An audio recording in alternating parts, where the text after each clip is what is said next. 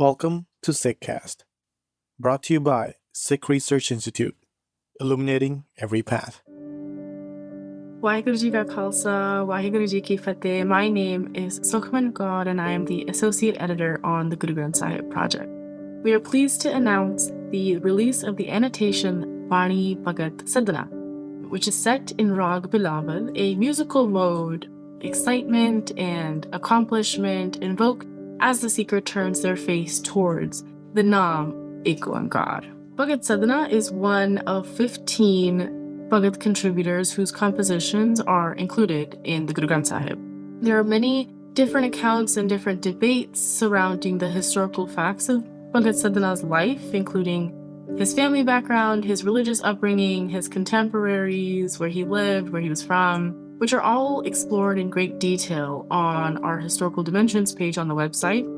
But something that is both agreed upon by scholars and is critical to address this composition is Bhagat Sadhna's caste background. In Punjabi, the occupation, the caste label is Kasai. And in English, we would translate this as butcher, someone whose profession it is to sell, process, and handle meat. But in that moment of translation, that word suddenly sheds all of its cultural baggage, all of its cultural ties, and we don't really feel the full weight of that label anymore, which is so crucial to even begin to understand the context out of which Bhagat Sadhna becomes inspired to connect with IkOankar and composes this sabad as a result of. But we lose that sense in the translation of butcher, because that word it's a label, it's a demarcation, and it's also in some ways used as a condemnation. Historically, butchers in South Asia were marginalized by society and treated as if there was something inherent about their birth that made them undeserving or even incapable of connecting or being in remembrance of the divine. In South Asia, this means they were often subject to social exclusion and violence, and unfortunately the situation is not particularly different nowadays. You'll still find caste discrimination very rampant in all South Asian communities, whether in the continent or globally. And yet, Bhagat Sadhna gives us this insight into the nature of IkOankar. It speaks of the heart, it speaks to the heart, and it's an insight believed impossible for someone of his caste background. But we know that that's not true. We know that all people are capable of connecting with IkOankar. We know that all people have the ability to connect with IkOankar. So when we see caste being discussed in relation to Gurbani, in relation to Sikh history, it's not to say that regardless of caste, as if to say that caste does not affect people's lives, because it has material impact on everyone's life. But it's to say inclusive of caste and inclusive of different identities. It's kind of like saying, it's a means to acknowledge the lived realities of different communities and different identities, and say you too, and you also, and all of us together can connect to IkOankar. We've always had that ability to connect to IkOankar.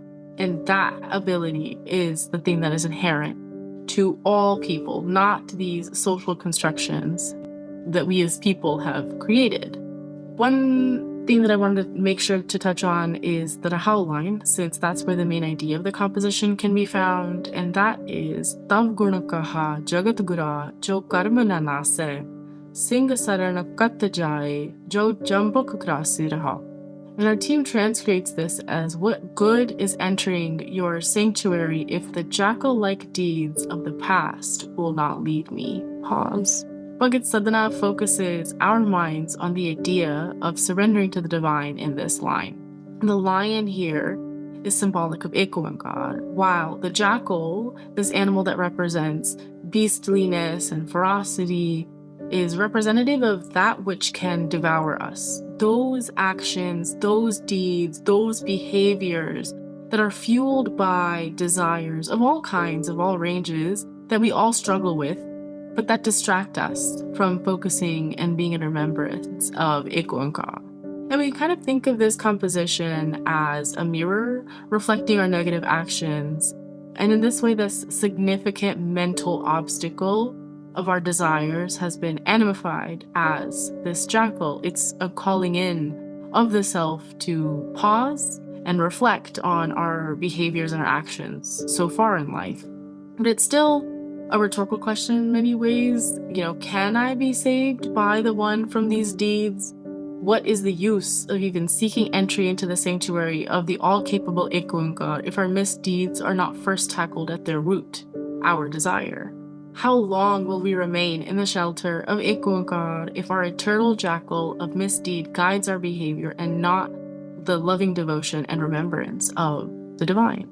This composition is also incredibly rich with symbolism, so I wanted to talk a little bit about that. And there's other symbolism in the rest of the composition that I encourage you to explore on the website, but one that really spoke to me is one that we find quite often in Gurbani, and that is the Jatrik, the pied cuckoo, which is the image, patience, and yearning manifest. And the line that it appears in is Ek boond jal karne Jatrik dukh paave, pran gaye sa gur mile, fun kaam na aave. And this is translated as, if the pied cuckoo dies while waiting for a single drop, it would be useless even if it were to find an ocean of water. This bird, this mythical bird, is said to wait for a specific raindrop that descends from a specific constellation. That's the only raindrop that it will want, that it wants at all. It's the only raindrop that will quench its thirst at all. Its cries echo its restlessness until that raindrop arrives. And in the same way, seekers too find no tranquility without the essence of Nam. So Bhagat Sadhna is using this imagery, this metaphor, the symbolism, you can say, by presenting the pied cuckoo as an illustration for seekers immersed in longing, yet remaining steadfastly patient. So it's not like that the Jatrik is like suffering, writhing in pain, and is just like beside itself. And it is a little bit, but it's in a patient and in a loving and in a yearning way, in a way that there's like anticipation there. There's an expectation there, like that this raindrop will arrive. Maybe you're not sure when it's going to arrive, like when the essence of Nam will arrive, but you're certain that it will because you know that you're able to do so. We can acquire this art of nurturing patience in our yearning, and we've learned that it's something that is in all of us. But the question remains, can we surrender ourselves in this way? Can we be vulnerable and let ourselves yearn in this particular way? And in the composition, Bhagat Sadhna talks about how even an ocean of water would not revive the Jatrik if the pied cuckoo were to waste away waiting for the drop of Nam. So in this way, I think the Bhagat Sadhna is suggesting that we can think of now as good of a time as any to yearn for IkOankar, that this opportunity, this human life that we've been given, is our chance to connect with the divine. The final couplet brings us from a place of obstacles at the beginning of the composition to one of awareness, that we can in fact gain grace and tackle our desire. And the first line of the couplet is Main nahi, kchu nahi, kich ahe na mora. And the team transcreates this as, I am nothing, I have no existence, you are my only support.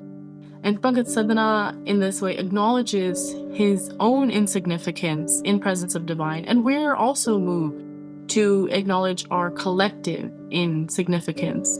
Encapsulates this sense of profound surrender and connection and humbleness, and reflects a kind of awareness that shows the deep understanding of how human life is intricately connected to the divine. It's this recognition that the very essence of our being finds both its source and its sustenance in IkOankar. So in this kind of global persistent phenomenon, and this is things that have been happening since the beginning of time, basically. This always this push to classify others, to categorize others, to identify others, to be identifiable. And then this idea, the idea that this dissolution of the self and the dissolution of ego is liberating, that even the idea of anonymity, the dissolution of the self into this greater whole is liberating, really, really gives me pause in this moment. So in that way, I think, Bhagat Sadhna prompts us to recognize, one, that we can surrender to IkOankar and and also to recognize that all of us, all of the entire creation is within the command of the divine. As always, we have word meanings for each word in this composition, and one that I wanted to just briefly touch on before I leave you with this reflection is the word Jun. And we've literally translated that word as human being, and the applied meanings on our website are servant and devotee. And I think in like the Western context, when you're thinking about the word servant, if there's like inherent judgment there, it's understood as like a really negative role. And that's like for many historically accurate reasons. In English, when you think of servant, you think of like a maid or like a stable hand or like a chauffeur or like a valet, even something. But it's almost like a condemnation that this role and the labor associated with this role make that role inherently negative.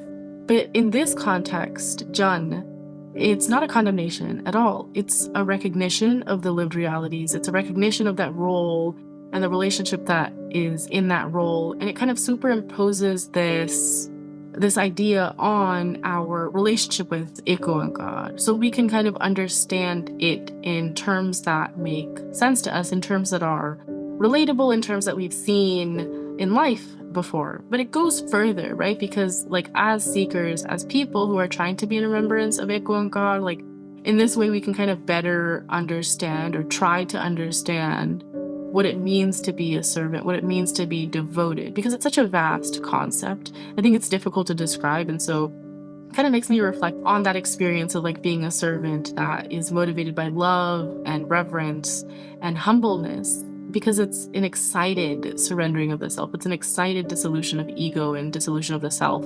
acknowledging that your life and your essence is the divine's. Like that's it, like that's the end all be all. And we see that excitement in the use of the word Jun. We see it in the particular rag Bilaval. We see it all throughout this Bani. So I think there's something really, really beautiful going on there. And I hope that you have the time to sit with this annotation and reflect on this annotation and what insights you might glean from it. There are word definitions, footnotes, translations, transcreations, commentary, all for you to explore, all for you to discuss and think about. Bhagat Sadhna demonstrates that everyone has the potential to connect with IkOankar, like inclusive of all of these different pieces of identity. It's really worth reflecting on our ability to connect with Nam and whether we are going to use this opportunity, this life, to become engrossed with Nam. Waheguru Ji Ka Khalsa, Waheguru Ji Ki Fateh. Read the translations and commentaries at gurugranthsahib.io. You were listening to Sikhcast by Sikh Research Institute, illuminating every path.